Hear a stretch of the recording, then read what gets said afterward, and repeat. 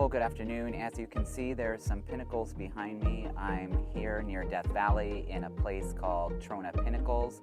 It's my first time here and it's pretty unique. It's pretty spectacular in its own desert way, but these pinnacles are all over here and I've been camping in them. I'm not in my RV today. I'm doing overlanding in the Subaru. I'm doing some car camping and some boondocking, dry camping, some minimalistic camping, kind of taking me back to my roots when I was camping as a kid. But I thought, what a perfect setting and a beautiful place to go over part 2 of this 3-part series on RV safety. And part 2 today is on the road safety. So today I want to talk about how to tow safely, item used for safer towing, your co-pilot's assistance while towing, tire safety, rest stop safety, and overnight strategy, also exit strategies included in that. But in the previous episode, I talked about RV safety as it relates to preparing for your trip. But in today's episode, I'm going to go over some safety tips while you're actually driving to your destination. I try to travel by the rule of 3s, especially when pulling my large fifth wheel and the family is with me. And by that I mean no more than 300 miles, no more than 3 hours, and at my destination by 3 p.m. 300 miles when you're pulling an RV and when you're towing can be a lot. By keeping your mileage down, you're able to pack up a little more relaxed in the morning and get to your next destination in a timely manner and relaxed state. Of course, there's going to be days when you will drive more than 300 miles, but this is a good distance for route planning purposes. And then why 3 hours? When towing, 3 hours can easily turn into 4 or 5 hours. Weather, road conditions, traffic, mechanical issues, rest stops, kids, pets, someone getting sick. Who can predict what is going to happen on your day of travel? So since we can't predict it, we try to prepare. And planning for 3 hours gives you wiggle room for unexpected emergencies or time constraints while you're traveling.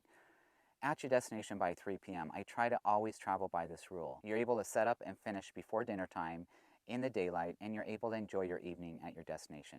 Arriving by this time also allows you to check in if you're at an RV resort or a campground with a host, and if there's an issue, there's someone to talk to. I remember a trip when I didn't follow this rule. I was tired, cranky. I arrived when the campground was closed. I was hungry, and by the time I got there, there was no host, and the office was closed. So my reservation was not hanging where it was supposed to be outside the door, and it was after arrivals. It was almost a fiasco, and I ended up just finding an empty site and hoping that no one would come into it later in that evening.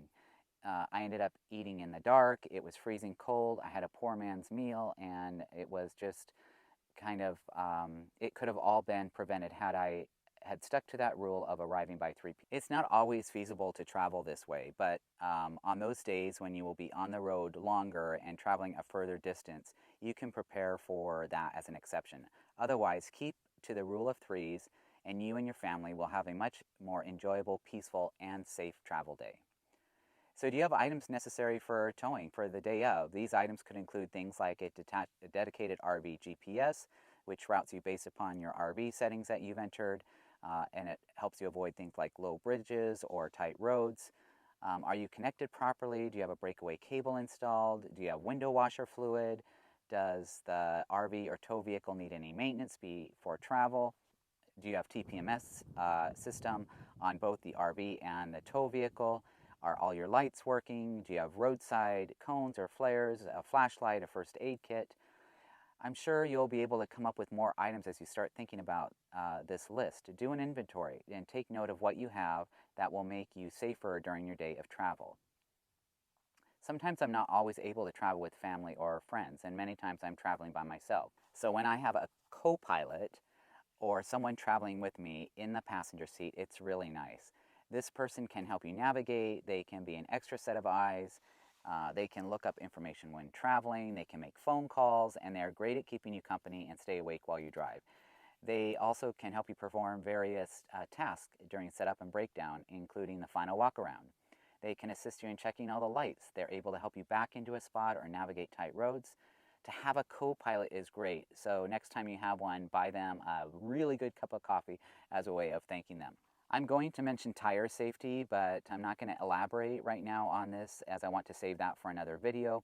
but just make sure that you know proper inflation for both the tow vehicle and the RV. Check them each and every time you travel, and replace tires when they're looking worn or are past the manufacturer's recommended tire life. Also, make sure that you have a good working spare and then it's in good condition. Do you know how to access the spare, and do you have the necessary tools to remove the spare? Educating yourself in this way will go a long way to eliminate and alleviate and deal with a very stressful tire situation if you are alongside the highway or a freeway. There are many good YouTube videos on weights and numbers for towing, so I encourage you to watch some of them until I come out with one of my own. But do you even know the weights and numbers for your setup? Have you ever weighed your setup at a truck, like a cat scale at a truck stop?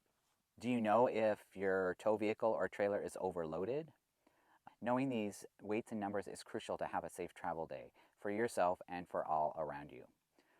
One thing I wanted to get you thinking about is where you stop on your travel day for breaks. First, if you're pulling a large RV or are in a large diesel pusher or something like that, a toy hauler, it's pretty important that you exit into an area that is easy off and easy on. If you have a good co-pilot, now would be a good time to put them to work. Have them look up Google Maps on your navigation system. By zooming in, you can easily see if the off-ramp will work for you. Is it easy to get back onto the freeway or highway that you're exiting? I mean, you don't want to exit and then have to drive miles to turn around to try to get back on. So are there the types of services that you need at the designated exit? Now, if you're exiting at a designated rest area, then you've nothing to worry about, as these are set up to accommodate even the largest of commercial trucks. But park in the area that's designated for trucks and RVs. So what about the time when you can't find a rest area, exit, facility, or someplace to accommodate you, but you desperately need to make a stop? So I'm not suggesting in any way that you pull off alongside the highway, but if you must, make sure that your hazards are on and that you are completely off of the road. It's risky to do this, in my opinion, and not only for fear of being hit by a passing vehicle, but also not knowing what type of ground the shoulder is, maybe so soft that you'll get stuck. Or maybe it's full of potholes when you're pulling off that will damage your wheel. But it's something to think about. And if you're traveling with pets or children, make sure that you are having them get out on the side that's opposite the traffic. I actually put the leashes on the dogs before, and I attach them before I let them out of the vehicle and make sure I have a firm hold on them. These safety practices will go a long way to keeping you and your loved ones safe. If stopping somewhere for a quick overnight, say a rest area, be sure to keep your slides in if you have slides. Stay connected to your RV. Don't leave the keys in the tow vehicle and then camp in your trailer. Be as minimal as possible during this stop. In other words, don't set up anything outside. Remember, there will be many vehicles coming and passing through this area all night. So lock your doors while you're sleeping and be prepared to move if you're not comfortable or if something doesn't feel right.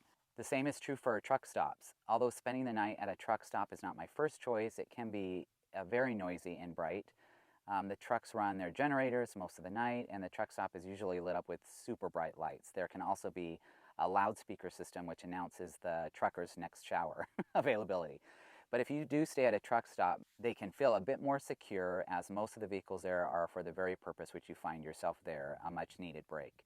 Also, truck stops will have services available, from food to bathrooms to showers to a much needed coffee in the morning. Just be aware of where you park your rig. Do not block or get in the way of the commercial trucks that need to be moving, otherwise you might get a very unhappy knock on your door. A great tool for quick overnight stops is a plan that I belong to called Harvest Host. It's a program. I'll leave a link in the description below. I'm not affiliated with them, but they are often most small businesses, farms, vineyards, etc., where you can be allowed to stay for free and hopefully patronage the establishment. It's a really great program, and it adds a cool variety to your travel day. Also, the kids will love this. Say you stop at a farm or something like that. Of course, you might as well enjoy a good beer or a glass of wine if you are at a vineyard. But it includes golf resorts as well, and I've utilized them. Again, there's a link in the description below if you want to check that out. So I hope that I've given you something to think about for your travel day in regards to safety.